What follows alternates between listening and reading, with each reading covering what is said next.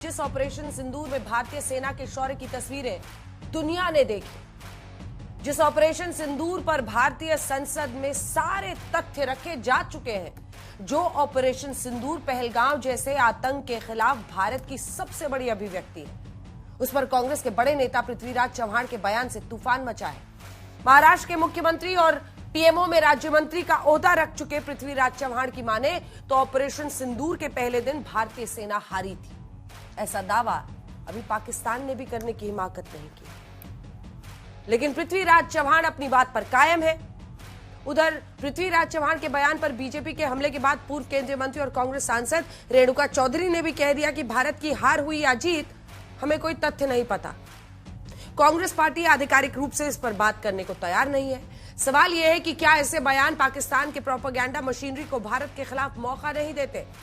विपक्ष का अधिकार है कि वो ये सवाल पूछे कि ऑपरेशन सिंदूर के सीज फायर का ऐलान किन परिस्थितियों में हुआ, अमेरिकी राष्ट्रपति डोनाल्ड ट्रंप ने पहले सीज फायर का ऐलान क्यों किया, लेकिन क्या इससे ऑपरेशन सिंदूर में भारतीय सेनाओं की सफलता को छोटा करके आंका जा सकता है? क्या ऑपरेशन सिंदूर पर जीत कांग्रेस को पच नहीं रही है? हल्ला बोल में पहले ये रिपोर्ट देखिए, फिर चर्चा की शुरुआत करेंगे।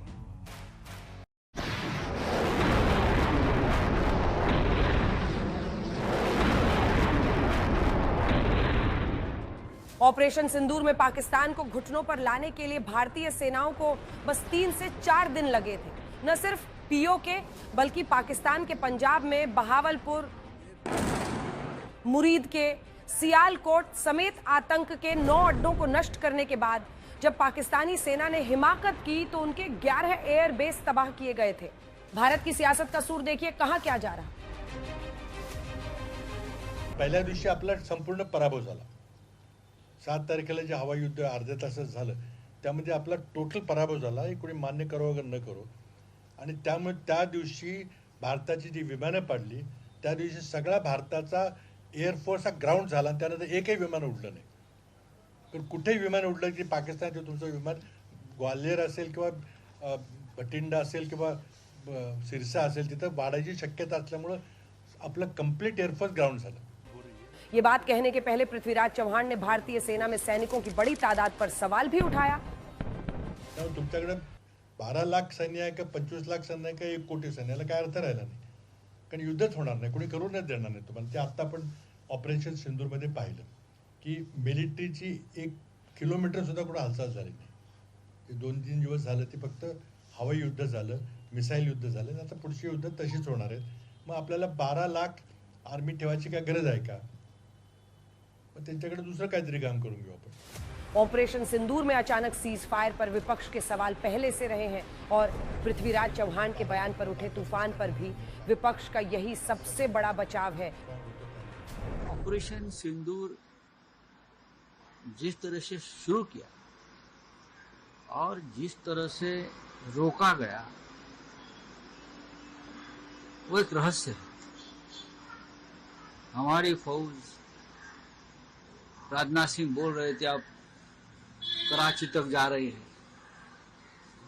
इस्लामाबाद जीत रहे हैं, तो अचानक ऐसा क्या हो गया कि प्रेसिडेंट ट्रंप ने फोन किया और आपने पूरी ऑपरेशन सिंदूर को रुकवा दिया। ये जनता के साथ धोखा है, देश के साथ धोखा है।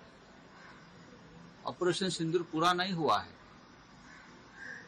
पहलगाम का बदला पूरा नहीं हुआ है। ऑपरेशन सिंदूर का सीज फायर क्यों हुआ, ये सवाल अपनी जगह जायज है, लेकिन ये पहली बार है जब भारत की सैन्य उपलब्धि पर विपक्ष के किसी बड़े नेता का ऐसा बयान आया है। उम्र का तकाजा है, सठिया गए हैं, जहां उन्हें इलेक्ट्रिक शॉक की जरूरत है वो इसी शॉक से ठीक होंगे। मेरी ख्याल से उनको कहीं ना कहीं कांग्रेस पार्टी को, क्योंकि कांग्रेस पार्टी का जितना बड़ा उसने नुकसान कर दिया है, इस चीज को कह के कहीं ना कहीं अच्छे हॉस्पिटल में उसे भर्ती करवाना चाहिए, उनका इलाज करवाना चाहिए। नहीं 2-4 वोटें जो पड़ती हैं कांग्रेस को, पृथ्वीराज चौहान जी ये भी पढ़ने नहीं देंगे। इस बीच कांग्रेस के कैंप से डैमेज कंट्रोल करने की कौन कहे, रेणुका चौधरी के बयान पर भी विवाद खड़ा हो गया है।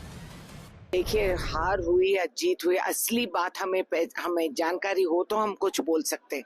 हम ये सवाल उठाए थे कि हमारी इंटेलिजेंस कैसी फेल हुई, क्यों हमारी जानकारी नहीं थी कि ये लोग अंदर आ गए? आपको लगता है कि हमारी जीत हुई?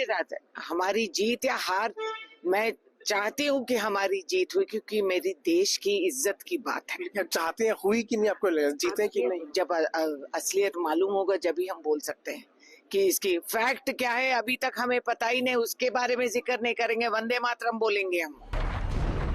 ऑपरेशन सिंदूर पर देश की संसद में प्रधानमंत्री से लेकर रक्षा मंत्री तक जवाब दे चुके हैं। जरा देखिए ऑपरेशन सिंदूर के सीज फायर पर सियासत बढ़ते बढ़ते कहां तक पहुंच गई। और तो और पृथ्वीराज चव्हाण अपने बयान से डिगने को तैयार नहीं।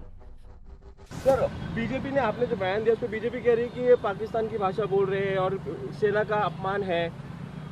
आप कुछ क्लैरिफिकेशन देना चाहेंगे कि आप? मैं बाद में आराम से बात करूंगा, अभी आराम से बात करेंगे। सर, आपको ये जो बयान है उस पर आप माफी मांग रहे हैं या बिल्कुल regret सवाल है नहीं कुछ उठता, किसी सवाल तरह का? बिल्कुल सवाल नहीं उठता, हाँ जी सर। कोई सवाल नहीं उठता। मेरा राइट है, constitution gives me right to ask question. भारतीय सेना ने देश का मान सदा ऊंचा रखा है, लेकिन राजनीति का दुर्भाग्य देखिए कि ऑपरेशन सिंदूर पर यह नया विवाद 16 दिसंबर को उस दिन शुरू हुआ है जिस दिन 1971 में पाकिस्तान के 93,000 सैनिकों ने भारत के सामने आत्मसमर्पण किया था। ब्यूरो रिपोर्ट आज तक।